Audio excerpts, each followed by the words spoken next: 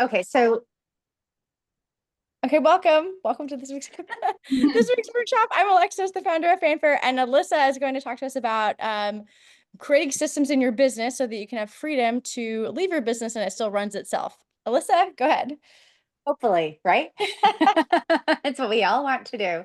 So, hi everybody. My name is Alyssa Murray Lane, and my business is NWI Party and Party Lane in Northwest Indiana, which is in the Chicagoland area.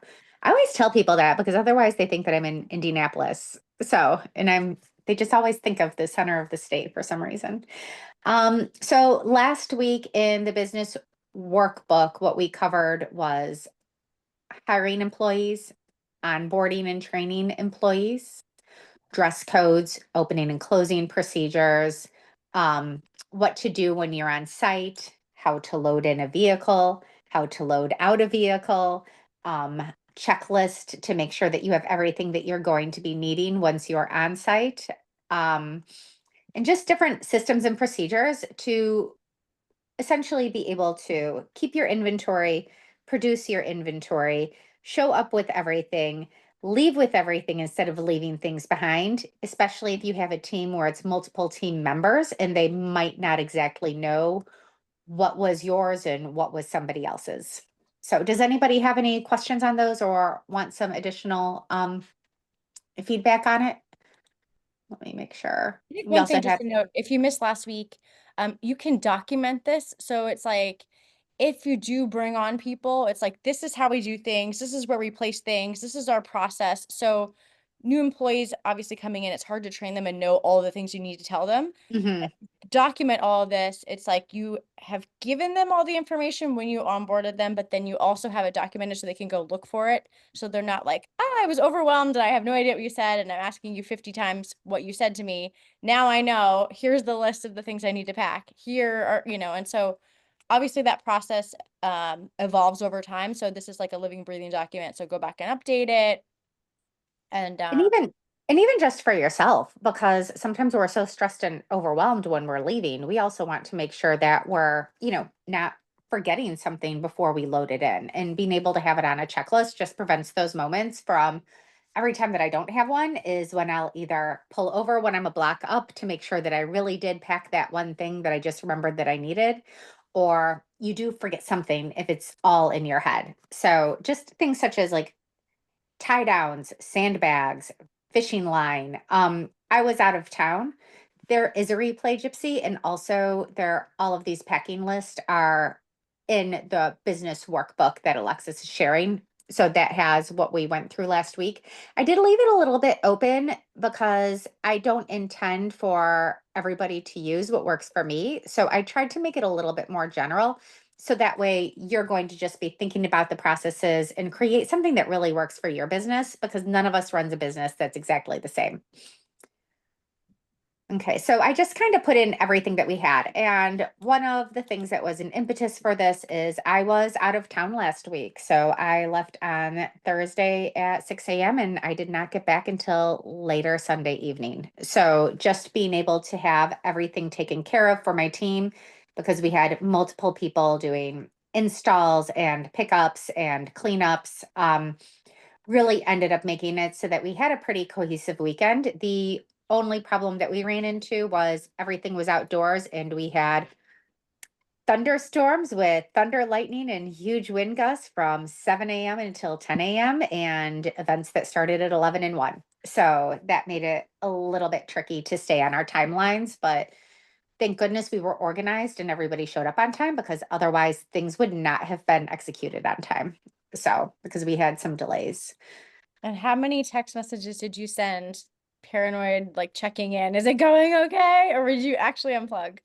Um, Not too many, honestly. So I knew that my team was up to the task. We did have one customer that was upset. I'll be honest, the one who the event started at 1 o'clock because we were supposed to be there at 10 a.m.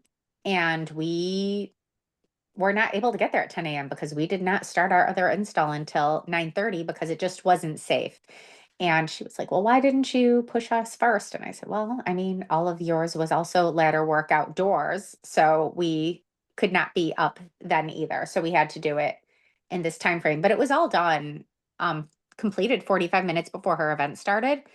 But her photographer was coming early and they weren't complete by the time that the photographer arrived. So she was upset that it wasn't done when the photographer got there. And we do have, maybe we should review not this session, but another session, everybody's terms and conditions and what your weather clauses are.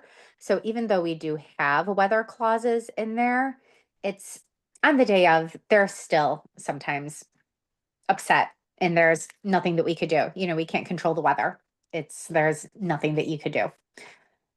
Okay, does anybody have any questions so far?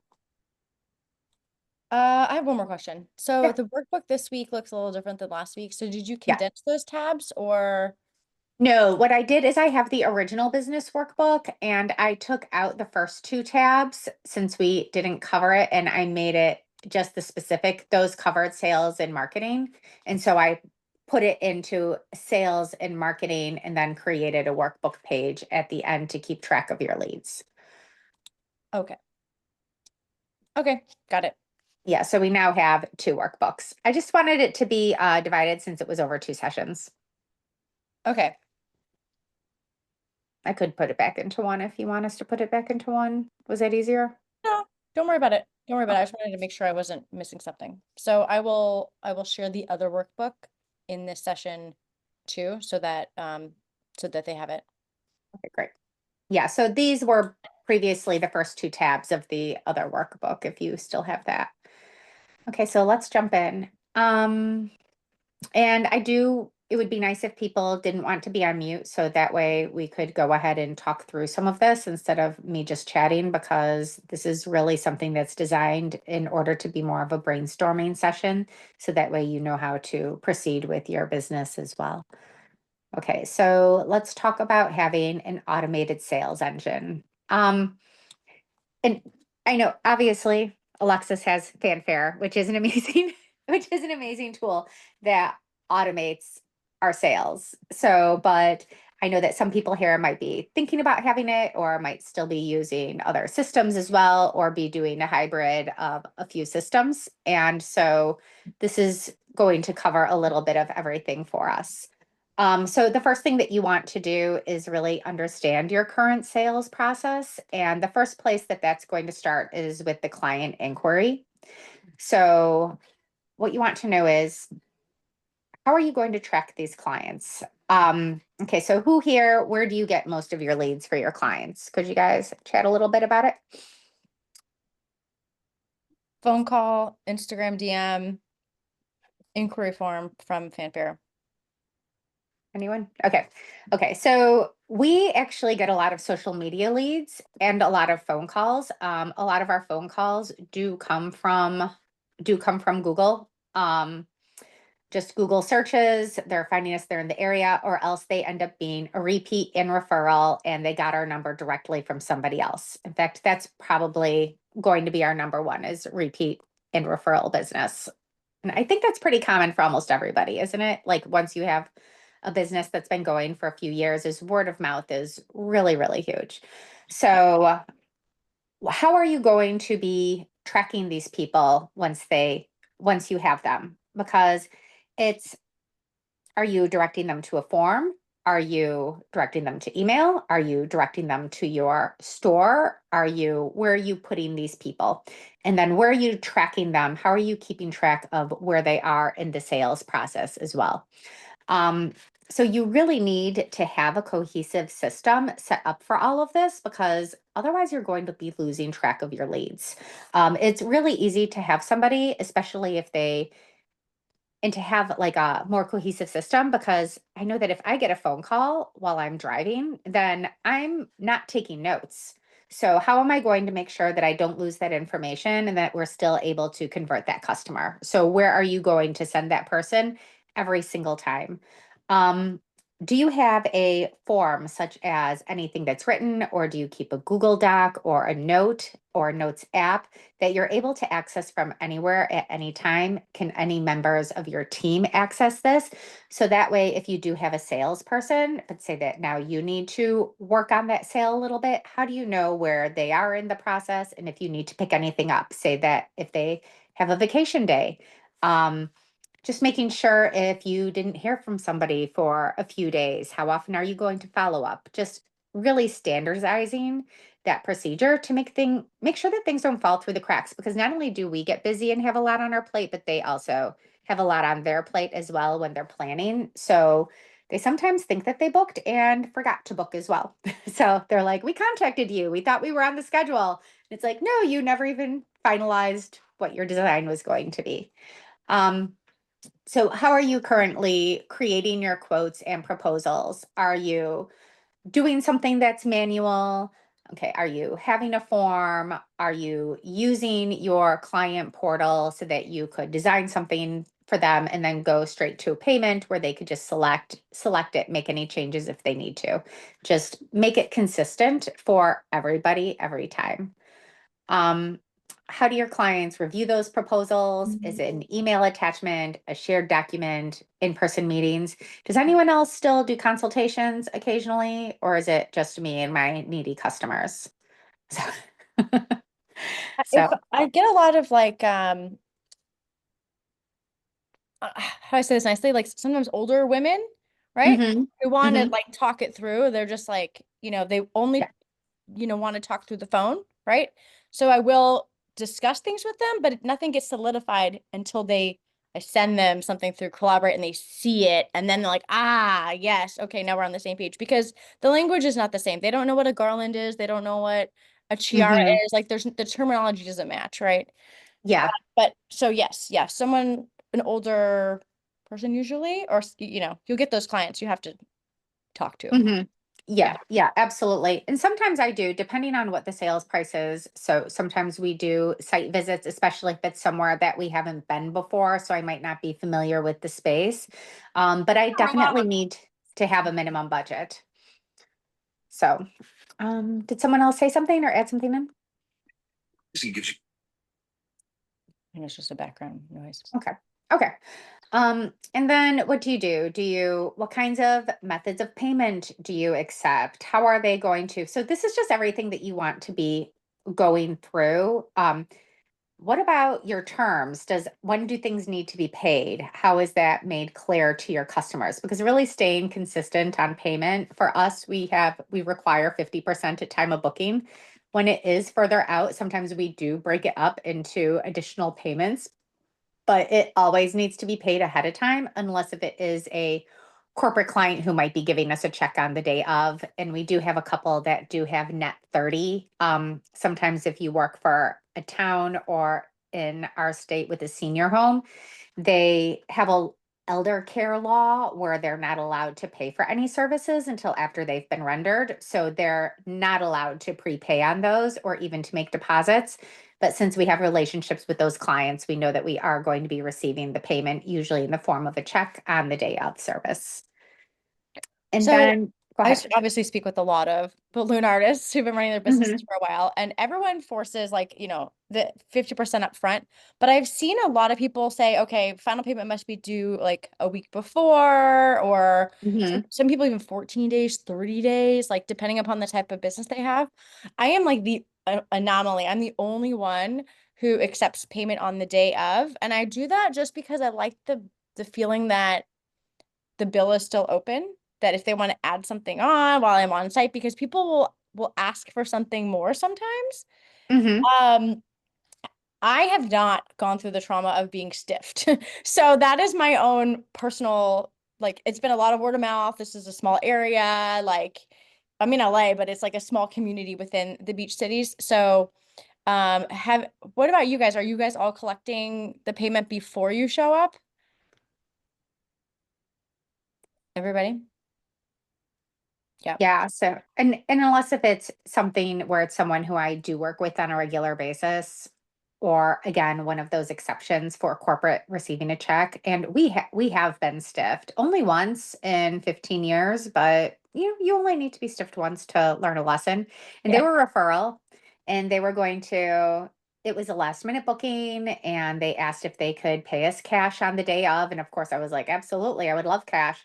Well, guess what? We had to leave for another event, and they weren't there at the time that they told us the event was starting, and they were gone when we came for a strike. So I think that they were Oh, purposely like giving us times to try to do that as wow. well. So I would never again. And I got in contact with the person who referred us, and I was like, "Hey, they're not answering their phone and they never paid. They weren't there." And she was mortified, but obviously it wasn't her fault so that it had happened. Um Okay, so and then booking confirmation. So it's really nice to be able to automate your confirmations, to automate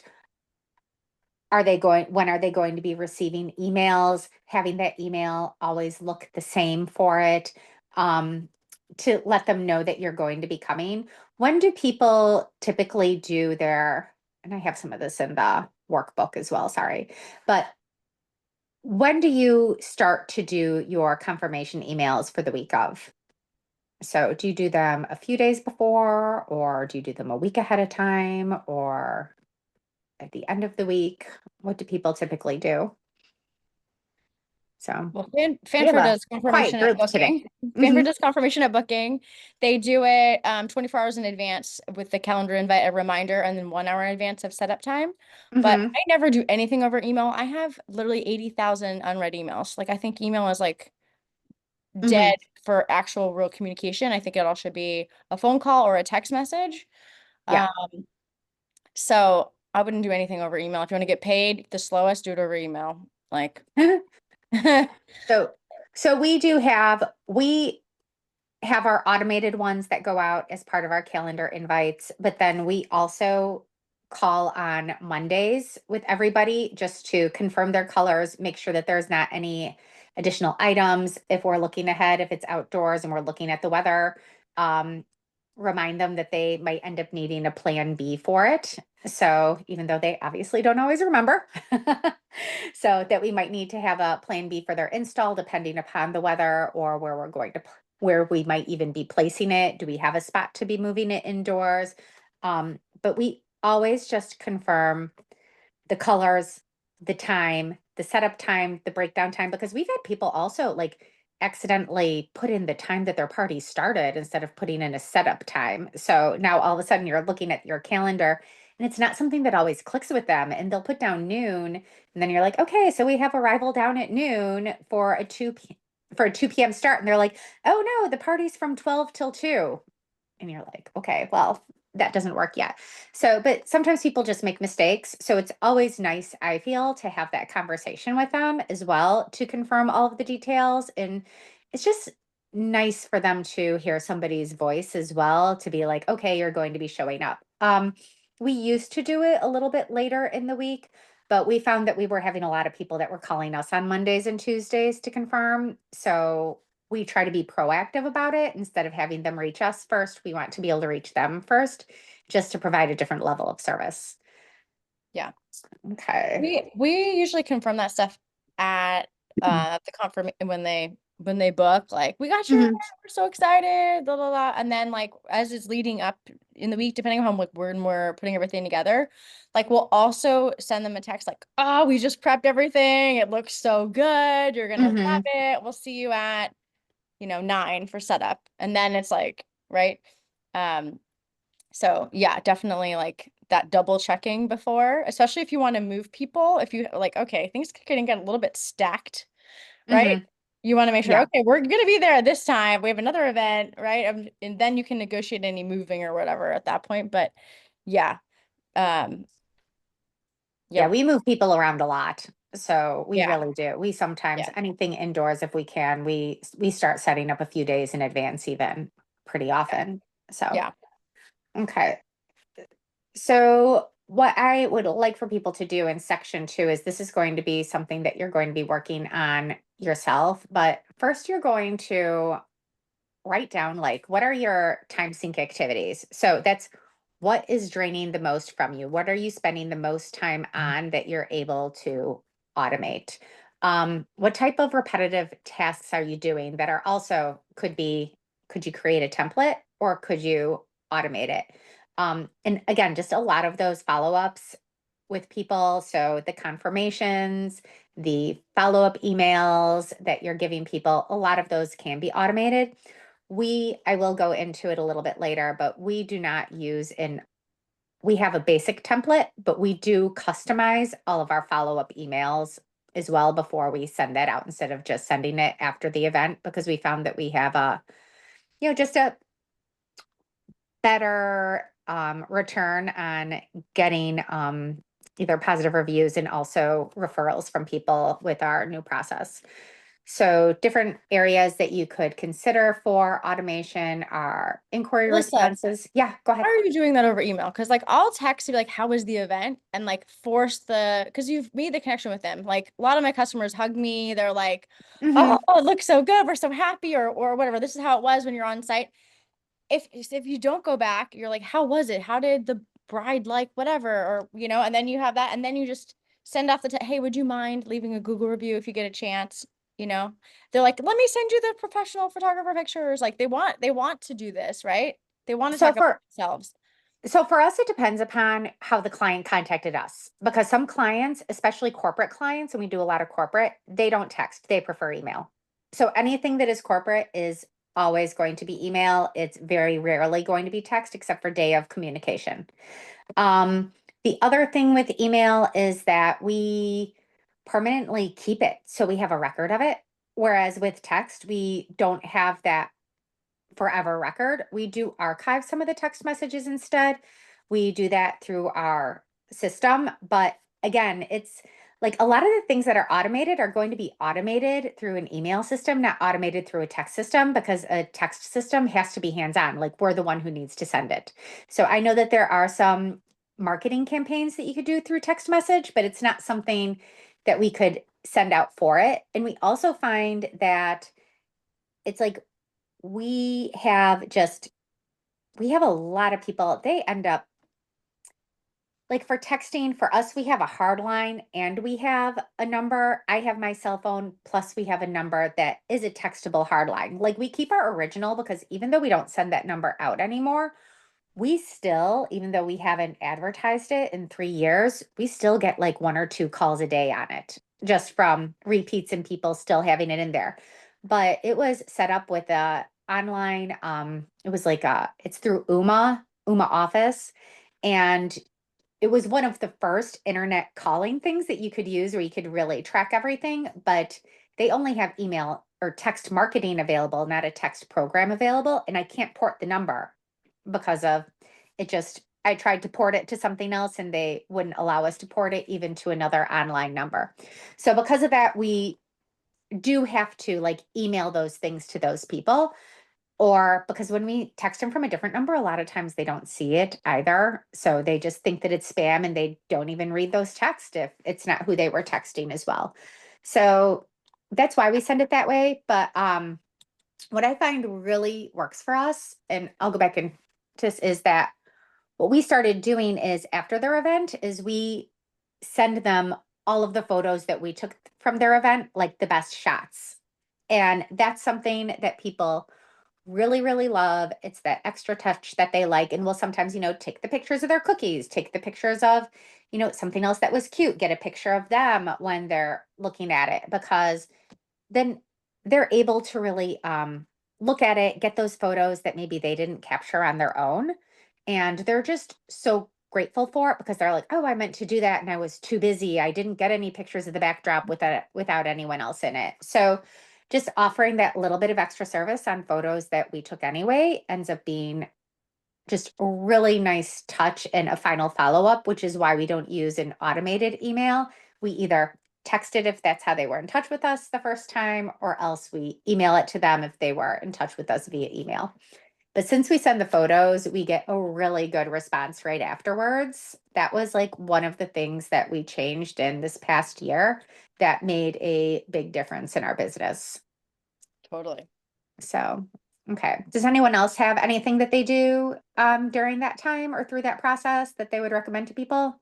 Anything that I might left out that maybe I could improve upon? We could all get better. I'm always looking. Please tell me how.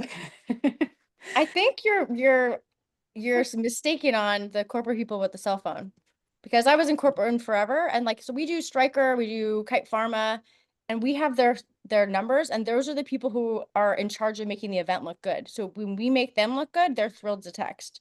So I Mm, think I am very like, great. It's great to get an email with the photos, but you can look past that email. When you have that on your phone and then you're the one who has to share them, like you remember that Alyssa sent me those photos, you know? yeah.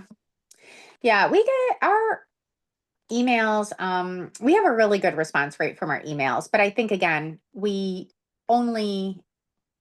emailing people who emailed us first. Like that was their preferred method of contact. So if their preferred method was text, then we contact them by text. If their preferred method was email, then we contact them by email. And that's actually one of our questions on our intake form too. How do they prefer to be contacted? Okay, my husband's getting home at this time every day, so excuse my dog who's about to. So, okay.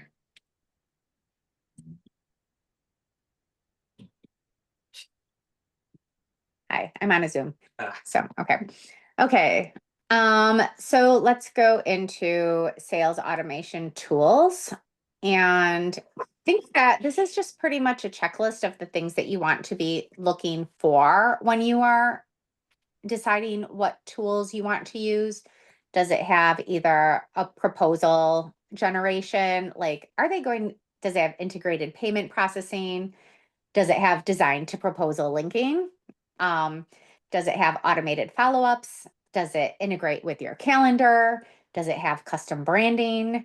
Are you able to get analytics and reporting? Is it easy to use? And how's the customer support? So those are just all the really key things that I think that you want to find no matter what you're doing. Because say if you're creating something in Canva and then emailing it, and then you're getting approval, and then you're creating an invoice. Now you have 4 steps compared to if you're using a system such as Fanfaire, where you are creating your mockup and then you're getting approval and going straight to payment. So what you're doing is just really shortening that time and making it a little bit more automated and less likely to give them opportunities to say no and to walk away from the sale or to book with somebody else. And people really love getting the mock-ups. I feel this is a super competitive industry right now, and they cannot visualize the way that we could visualize in our head to bring something to life, or else they would probably be doing something visual for their career as well. But it's like, they can't figure out, here's the exact arch that you're getting in all pink. And they're like, well, what will it look like in purple?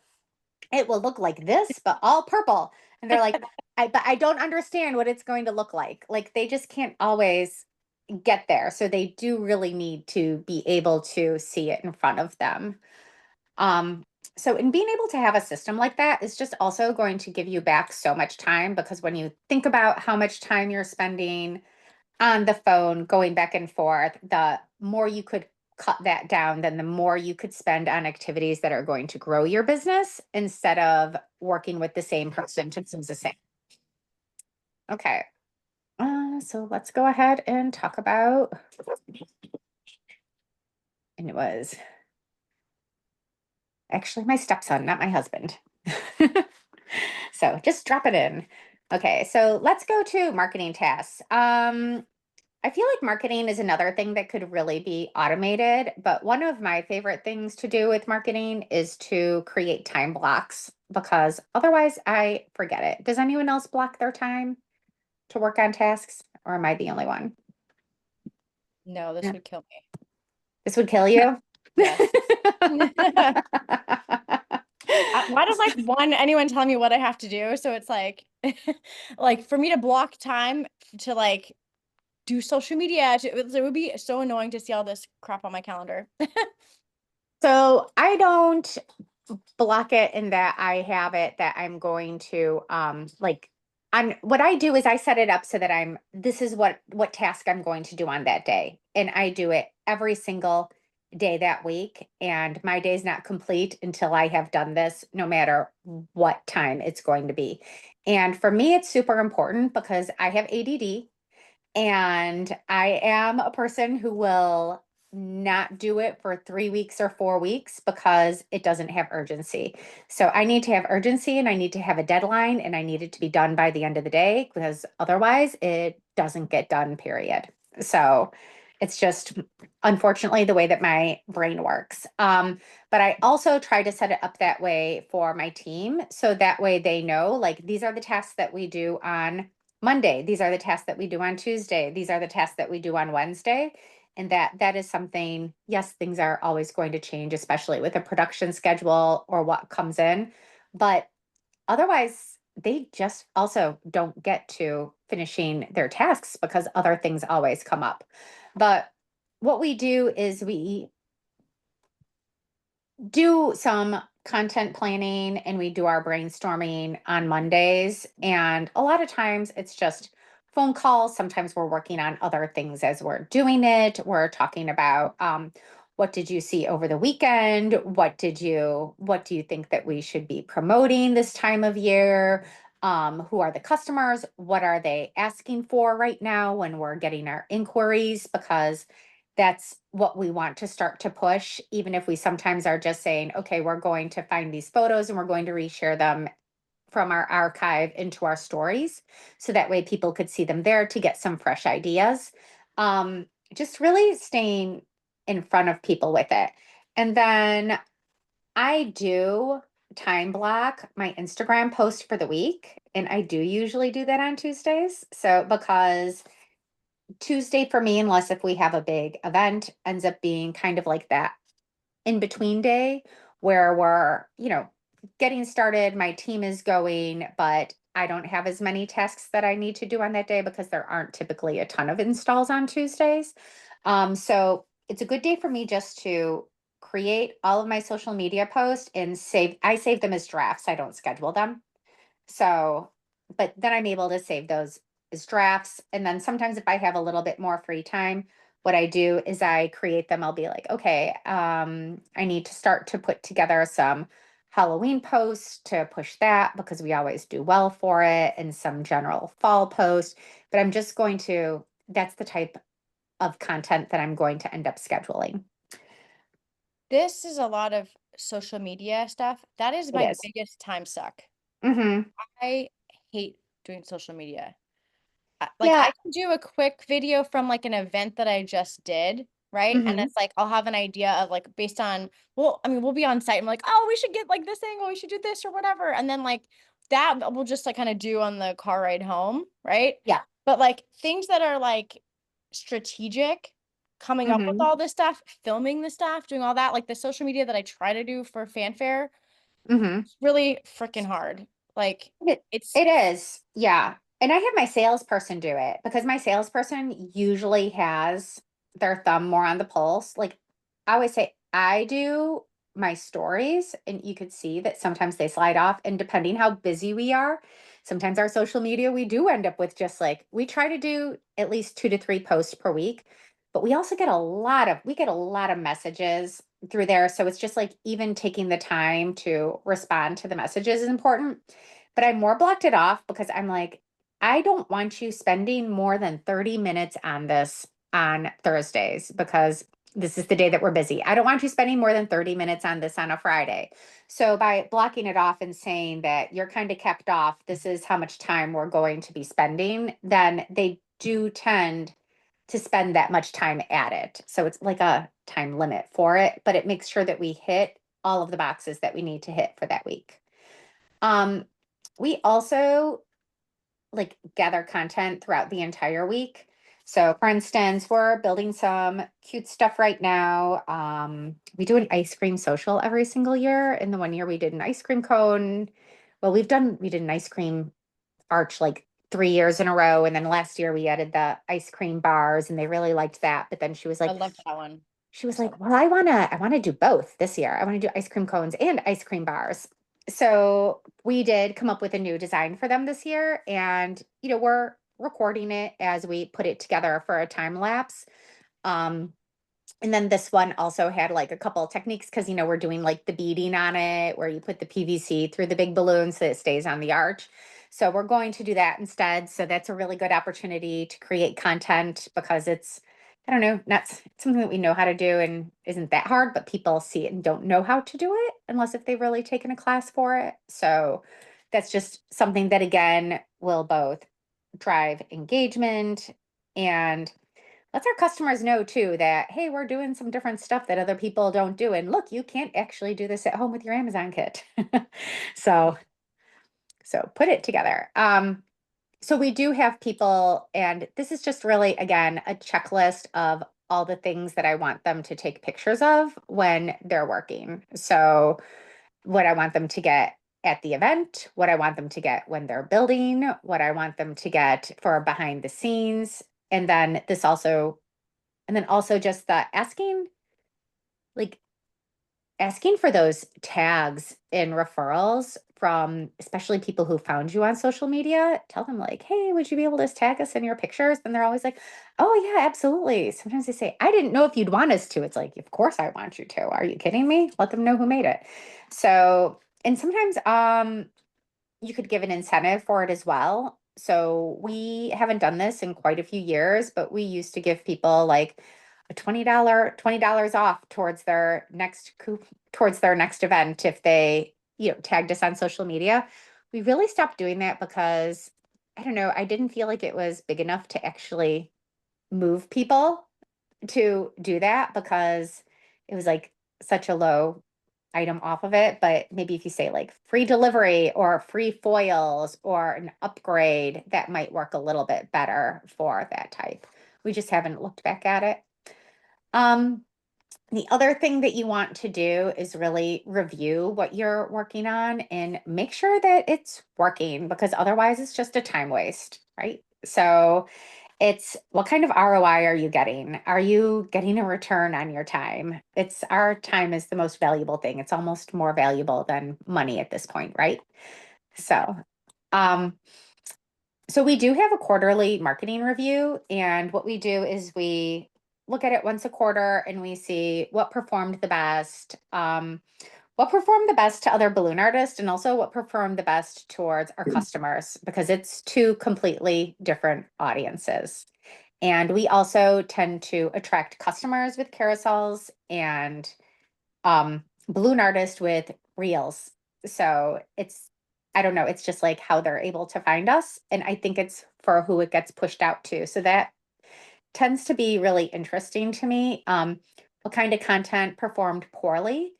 And I could tell you right now, it's when I forget to add music. If you don't add music, I swear nobody sees it. It's crazy. Um, what social media platform drove the most leads? We still get the most leads on Facebook, even more than Instagram, which is kind of crazy, but I think it's just who our customer is and where they're looking. Um, and then we're always trying to figure out like what are new trends. And it's not just the new marketing trends, but also new decor trends. So it's because you might notice that something is trending. So I think of that still as marketing, but also are they going more behind the scenes or is it going to be more like a how-to video? Because obviously if I'm showing something that's tips and tricks, then my audience is not really my customer. My audience would be other balloon artists. So, and why are you doing it? Is your social media to build, you know, um, clout with other artists, or is it to build, sales and use it as a sales channel? So, and just your content is going to completely be different depending upon who you're trying to attract with it. But make sure that you're really attracting the customer that you want to attract on social media, because if you're trying to get local customers and everything is going out to balloon artists, then you might want to change your approach to it just because it might not be building your business unless if you are trying to, sell or teach or get brand awareness, in which case get that social media following. I only have like 3,000 people, but we do a lot of sales based from it. So it's crazy. Sorry to interrupt. Has anyone been super successful on TikTok in finding new customers? No.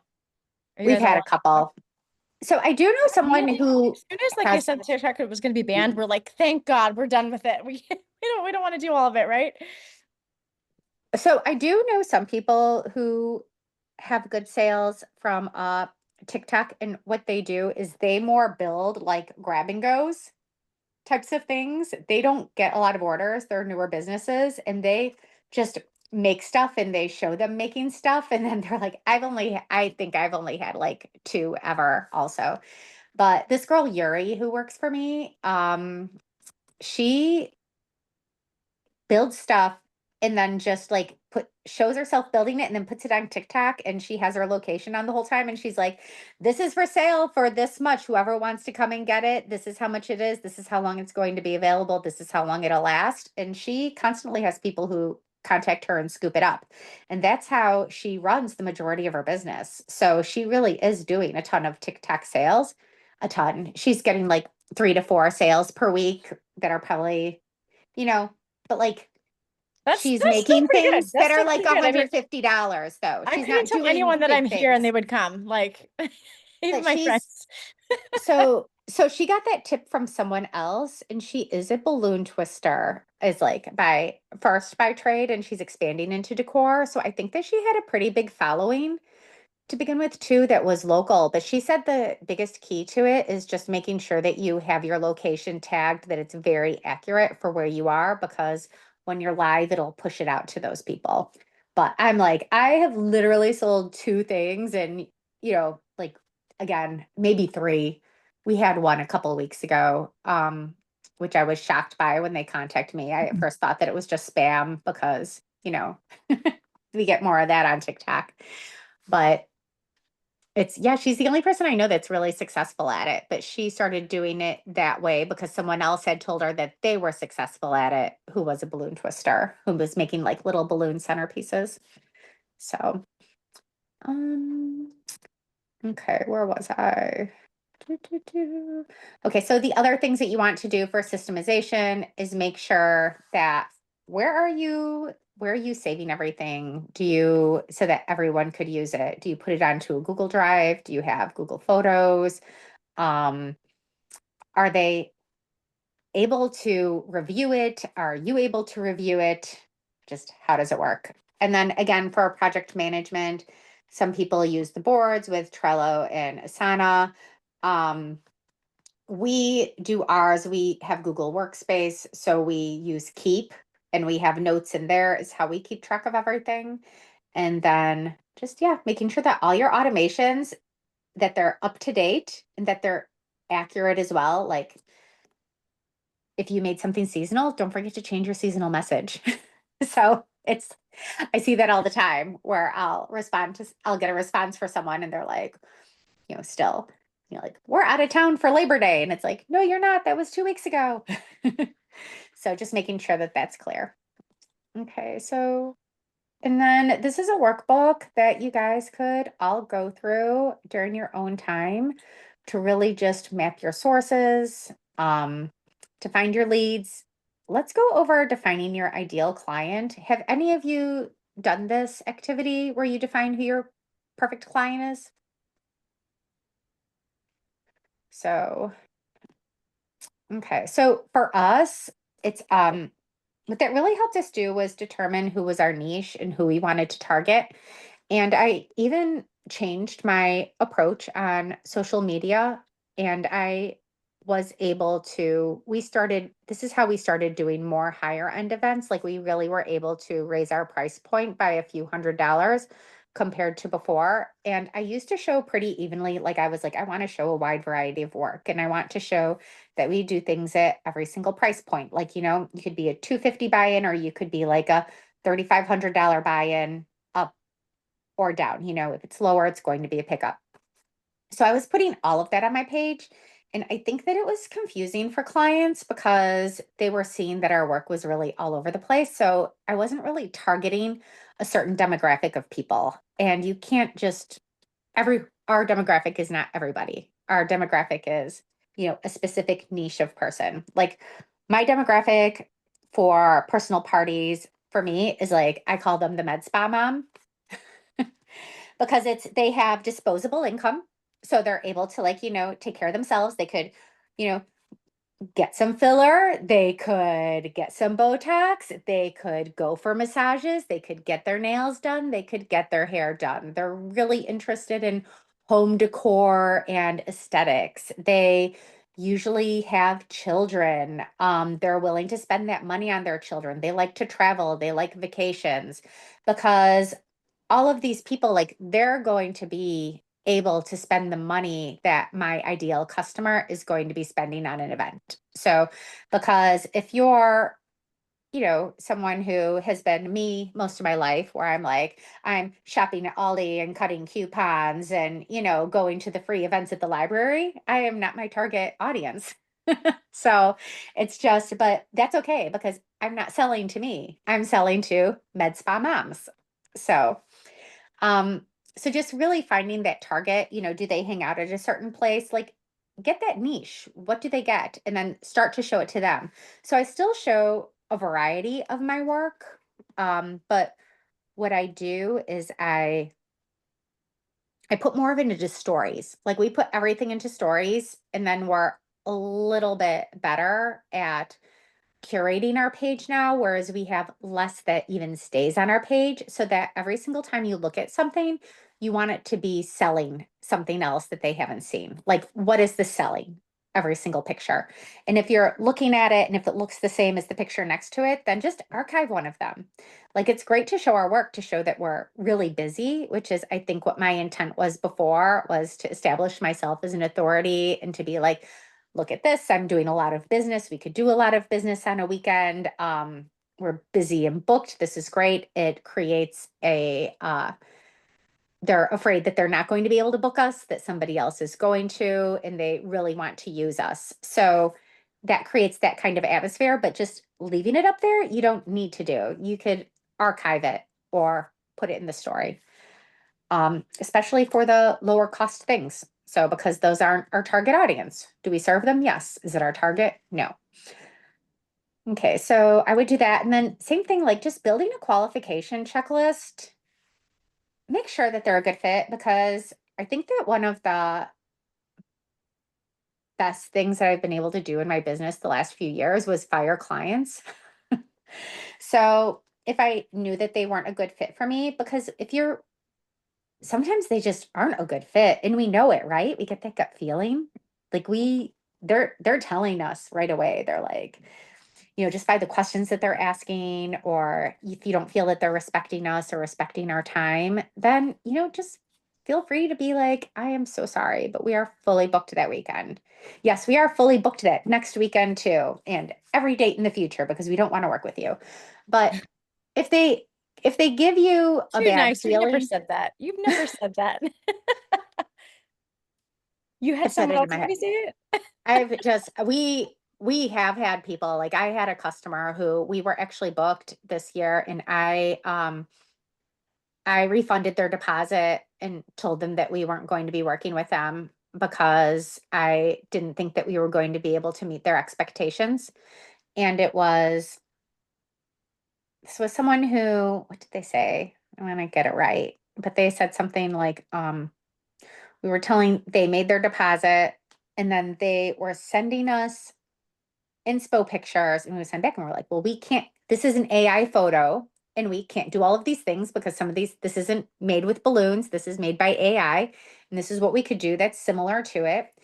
And then they said, well, we want it to look exactly like that. And I was like, well, it's not going to look exactly like that because nobody has created that. It was AI. And it's not possible. That's not the sizes. That's not how balloons work. They don't bend into those different shapes. And then when um, on we called them on that Monday for the follow-up for their event. And on that Monday, when we, always send the final payment link, they said, we'll pay you when we get here after we see it. We want to look at it and make sure that it's up to our standards, and then we'll decide how much to give you. And we're like, no. My gosh. That's Wow. that's not That's that's not how it unbelievable. works. And they were like, "Well, you already told us that it might not look like the photo." And we're like, "Yes, we're telling you that it will not look like the photo because that is not a real photo of balloons." They're like, So I have a really good printer. I'm going to send you them and you can print your photo and it'll look exactly like the photo at your event. yeah, so we ended up canceling it, giving them back the refund, and then they were calling us and honestly harassing us and Oh, talking, and they were like, "How could you drop our event just a week away? You're so irresponsible." We're like, "Because we don't, I'm not going out if I don't know that we're going to get paid." And also, it's like when people are going to be that picky, and if they're that picky before they've even seen it, do you ever just get the feeling sometimes like you're just not going to please them no matter what you do? Like they're looking for a mistake before it's even been made. So that's not someone who I want to work with. So, and and I know that because I used to serve those people all the time. And then I kind of was able to figure out like they're just not a good fit for me. And then the next time that they called, I was like, "I'm sorry, we're busy that weekend. Here's the referral for someone else that I don't like." No, I'm kidding. But here's another referral. And just because I just knew that I wanted to be done with them. I didn't want to be there. I didn't want to work with them anymore. And it's really freeing to be able to not have to feel like you have to be begging everybody for their money anymore. That you get to choose who your client is. Because as much as they're choosing us, we also have the opportunity to choose them.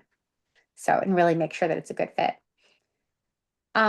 Okay, so I have another section in there for just your lead tracking and nurturing.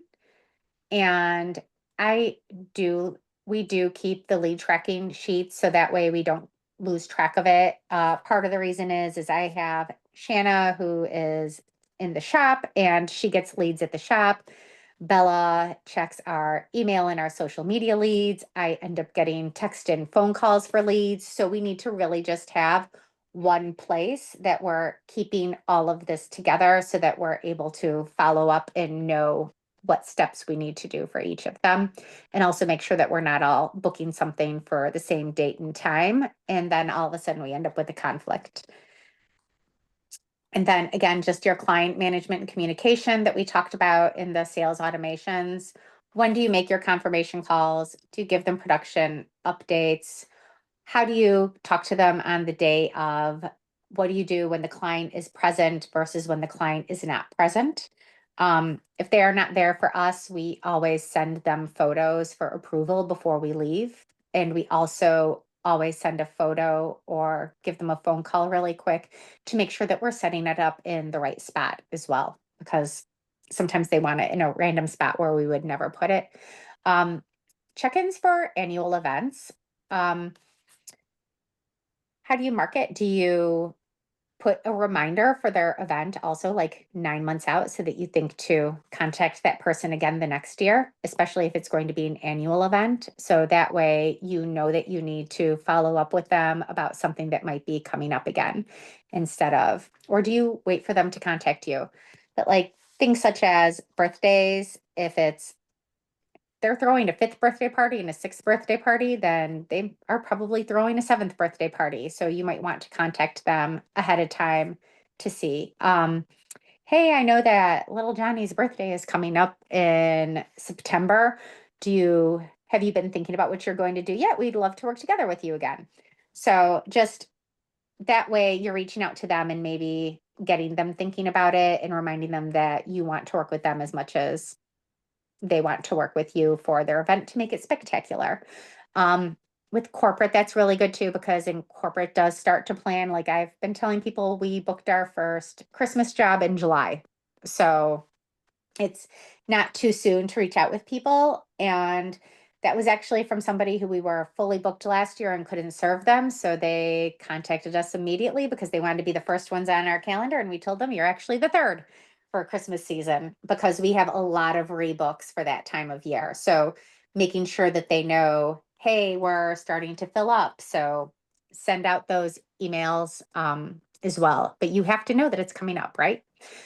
And then just create a communication guidelines document and just have this be things such as what are your standards?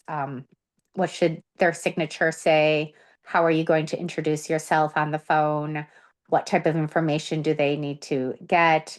Where do they need to keep track of the notes? How soon are they going to follow up? And when do you actually drop a lead?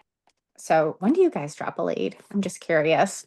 Like for us, we reach out 3 times is normally what we do. And then we kind of stop, but we don't physically archive it until after the date of the event, just so that way it's not archived in case if they do reach out to us another time. Um, but that's one of those things where I'm always like, how much is too much?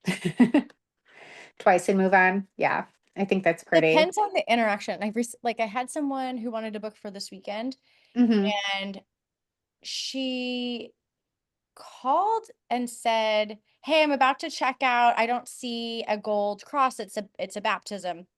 And I was Mhm. like, "Oh, okay, we can source one for you." And she goes, "Okay, can I get it for free?" And I was like, "What? Like, what are you talking about? Like, it's not free to us. Like, we have to buy it, Mhm. and then we have to buy like backups of it." So I was like, "Okay." So I did a quick Google search, and there was one from Vitalik on Walmart and on Amazon, which are the prices that they get, right? Like they get these for, which were $9.99 Mhm. and $12.99. They don't know the wholesale prices that we get, but I was like, okay, so it's $9.99 to $12.99, and we have to buy backups of it in case they pop because sometimes there's issues with the valves, da da da. So that's like $30 to us. Like, why should I give that to you for free? She's like, well, I'm just trying to find the best rate. And I was like, okay, all right, like no problem.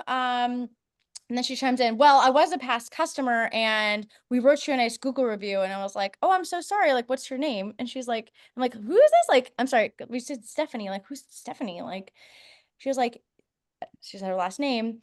And I'm like, hold on, like your sister has booked us 3 times. You haven't booked us. And we actually don't have a Google review, right? So I'm like, and so at that point, so I was like, okay, well, I'll send you the pictures of when you tell me which one you want or whatever. And then after that, she paused on it and kept looking at the link because I could see, right? And I'm like, okay, I'm not following up. Like, she's very demanding. I'm not following up, and she hasn't booked. So I'm assuming it's dead, but I'm like, I'm not gonna reach out. She hasn't even ever booked with me before. Like, I'll reach out for her sister's like follow-up events or whatever, because she always uses us. But like that kind of client is like, no follow-up, right? That's just such a ridiculous ask. Yeah, that goes into the clients that you want to fire. Yeah, like Sorry, you're her both. sister. Like if I see her sister, I'll be like happy to see her at this. She's gonna be Yeah. at the event. But I'm like, what? I'm not following up. No. I feel like some people, they're just shopping around for the best price. And then this seems to be one of them if she's asking for free stuff. So she's probably still contacting people and then she'll call you on Wednesday, like, oh, I thought that we were booked. What do you mean you don't have us on the schedule? So Yeah. it's just and we hear that song and dance so much, right? It's just like at the point where it's like, come on, Yeah. people. We're not idiots. It may be your first time saying this today, but it's our third time hearing it this week. So we know better. Yeah. Does anyone have any questions?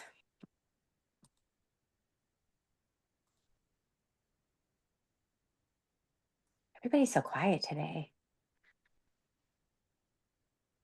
Only Claudia in here. She was chatty last week. Yeah. Oh, cute. Same. Fatima is saying same word from last week. No, Yeah, this. I broke it up into two. So Yeah. This is the second workbook that she created. I just put it in the chat. There we go. Okay, good. So we'll post this recording and the one from last week. This wraps up this topic, and I think next week we'll go back to a design focus. Does anybody, I know a few of you have posted stuff for, well, actually, only Christy. I don't think, Emily, I think you posted one too for the design contest. Does anybody have any questions about the RC? I was expecting to see something from you. Um, so anyone have any questions or need any help with the design studio at all? Okay, I want to apologize. But all seriousness, so maybe because I haven't been on for a while, but I don't know if so I guess I forgot how to actually post it. I'm on my computer now because I wanted to do a second variant of, one of the things I did. Yeah. And then I tried to upload. I wasn't sure if I heard correctly last week. Again, I know I was missing for a few weeks. All good. When Let me show you. You want me to show you how to post it? Yeah, and then I thought that I could upload my own like backdrops on Yeah. the photos tab, Yep. but how can I use them on my, like I uploaded, I have, let me see, one, two, three, I have 8 photos I uploaded, but I couldn't get them on the actual design. Am I, Okay. Let me show you. I apologize. All good. All good. Okay. So if you go into one of your designs, you'll be, I'll just, sorry, let me go back. So you can click into any of yours. I thought this was one of my best ones, so I keep showing it. So if I'm in the variants tab, all I have to do is I will just copy the image. I'll go over into the community. I will click here and I'll literally paste it. And then I just comment. Did that go too fast? RC? It's the same thing. Copy image. I have a lot of tabs open, guys. And then I'll go paste. And it'll just add it. And so you can do that in Instagram, you can do that wherever, you could do that in a text. This is a transparent background on the image, so you can just plop that image anywhere you want. We are going to put a download button for download with price, download with just image, and then just like copy. So it's easier rather than the right click. You're doing a right click here. So that might be confusing. We're going to put it right here. It'll be there soon. As far as your backdrops and stuff, so you'll go onto the design tab, and then Okay. you'll scroll down and you have your own folders. So you can create a new folder or add a backdrop to your own folder, and then you just upload it. So find it from your desktop. I don't know what else I have in here, but add it, and then you can just take that item and put it on the screen and then move it around and use it. Okay, so I completely downloaded it to the wrong So you thing. should be able to upload into your folders, or if you put it in photos, this is in reference to, these are related inspiration photos. So if you built something like this in the past and you want clients to be like, what does this look like in real life? And sometimes you build a mock-up for a client, you sell it, and then you're like, that came out really good. I want to have that as an associated photo. So then they can see what the real life version of that looks like, and that is going to Wow. populate to the front end. So this is just, and also like sometimes it's nice to just like upload the photos here and actually build a mock-up similar to the design that you built before. Some of my better mock-ups, I'm looking at an image of something that I created before, and then I'm placing it because that's how it's actually going to come out. I also like build my clusters, like how I actually make them in real life, and then I put them on the screen. So these are related to the set. And so that will surface on the front end so clients can see, okay, you have all these different ideas of how this looks, but let me see something like in real life. And they're like, oh, you kind of did that like differently than I expected. That looks really cool. I want to choose, this one instead of another one.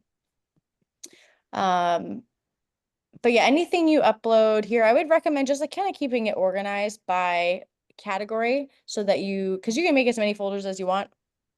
You can also, and if there's, guys, I say this kind of every week, like if there are any images that you're like, I need more animal foil images, I have thousands of images. I just don't want to like clutter it up with too much stuff so it's too overwhelming.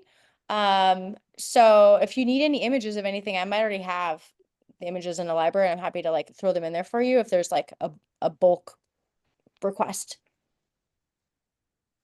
But please post in here, and then I want to see what you made. Okay, that makes a lot of sense.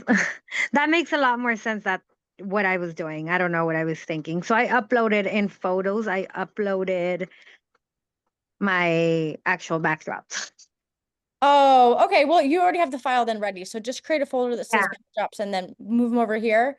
And then in photos, just like in here, if you just click the box, it'll give you the option to put it in the trash.